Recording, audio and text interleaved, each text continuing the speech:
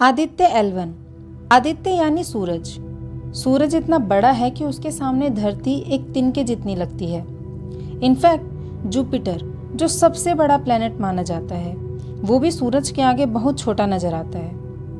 अब इतना बड़ा सूरज जो ढेरों रहस्यों को समाये हुए है, अब इन रहस्यों को स्टडी करने के लिए इसरो ने लॉन्च कर दिया है आदित्य L1। ये भारत का पहला सोलर मिशन होगा जो सन की स्टडी करेगा। चंद्रयान 3 के सक्सेस से चांद के बाद अब सूरज की स्टडी की जाएगी।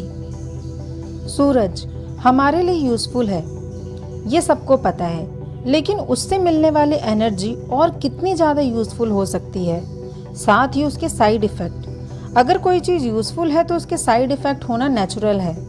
इन सब की स्टडी करेगा आदित्य L1। सन से आने वाली अल्ट्रा वायलेट रेज और ऐसी कई सारी रेडिएशंस, साथ ही कोरोना जो सन की आउटर मोस्ट लेयर है, कोरोना का फोटोस्फीयर से भी ज़्यादा गर्म होने का रीज़न, साथ ही सोलर स्टॉर्म हमारे अर्थ पर कैसे इफेक्ट डालता है। बहुत सारे एस्ट्रोनॉट्स, सन के जितनी भी लेयर्स हैं उनकी भी स्टडी की जाएगी। सन से आने वाली सारी एनर्जी अर्थ पर क्यों नहीं पहुंचती, साथ ही हीलियम और हाइड्रोजन जैसी गैसेस की भी खोज की जाएगी। क्रोमोस्फेयर और भी कई सारी मिस्ट्रीज को सॉल्व करेगा ये आदित्य L1।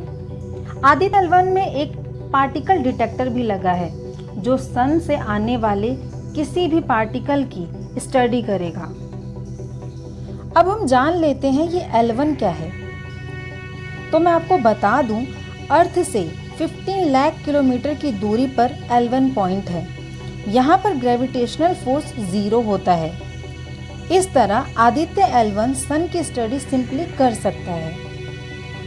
आदित्य L1 जिस जगह पर रहेगा वो एक सिंगल पॉइंट होगा, यानी मूव नहीं करेगा।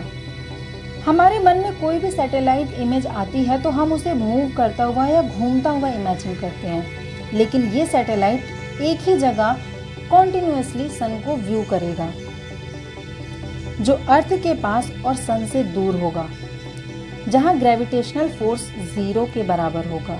इस पॉइंट को ही लैग्रेंज पॉइंट कहते हैं। इस लैग्रेंज पॉइंट और सन के बीच में ना कोई ग्रहण ना कोई प्लैनेट आएगा, मतलब कोई भी स्पेसक्राफ्ट इस लैग्रेंज पॉइंट पर आराम से रह सकता है। हमारे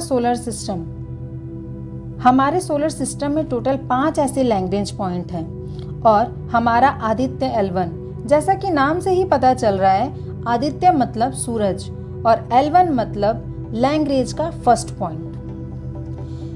आदित्य L1 को लगभग 127 डेज यानी 4 महीने लगेंगे अपने डेस्टिनेशन पॉइंट में पहुंचने के लिए।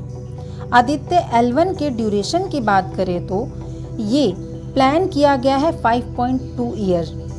अब मैं 5.2 ईयर इसलिए कह रही हूँ क्योंकि हम सबको पता है स्पेस एक बहुत ही अनप्रिडिक्टेबल जगह है, तो यहाँ वर्स्ट केसेस को भी लेकर चलना पड़ता है। तो इस मिशन की टाइमिंग 5.2 ईयर से ज़्यादा कम हो सकती है। आदित्य L1 पर जनवरी 2008 से काम चल रहा है। फिर 2016-17 में सिर्फ 3 करोड़ का एक्सपेरिमेंटल बजट दिया गया। इसके बाद इस मिशन में और डेवलपमेंट हुआ। फाइनली इसका नाम तय कर दिया गया, आदित्य L1। सब कुछ सेट होने के बाद इसरो को 370 करोड़ बजट प्रोवाइड किया गया और ये मिशन फाइनली 2 सितंबर 2023 में लॉन्च कर दिया गया। आदित्य L1 सन से निकलने वाली रेज और ह्यूज एनर्जी का डाटा कलेक्ट करने में बहुत हेल्पफुल होगा। इन एनर्जीज का अर्थ पर बहुत असर पड़ता है, भले ही वो इनविजिबल हो, लेकिन असर तो पड़ता है। जिस जगह पर आदित्य L1 खड़ा होगा उस जगह से जो व्यू मिलेगा उसे अनइंटरप्टेड व्यू कहा गया है। जैसा कि नाम से ही पता चल रहा है, अनइंटरप्टेड, लगातार मिलने वाला व्यू। आदित्य L1 ये अभी बस शुरुआत है। आगे जाकर और एडवांस लेवल पर सन को एक्सप्लोर करने के लिए इसरो के कई प्लान्स आएंगे जो सन के और करीब जाकर सन की स्टडी करेंगे। आई होप आपको मेरी वीडियो इन्फॉर्मेटिव लगी होगी, तो इस वीडियो को लाइक एंड शेयर करना ना भूलें। साथ ही मेरे साथ बने रहने के लिए और ऐसी इन्फॉर्मेटिव वीडियोस के लिए सब्सक्राइब करना भी ना भूलें। Thank you.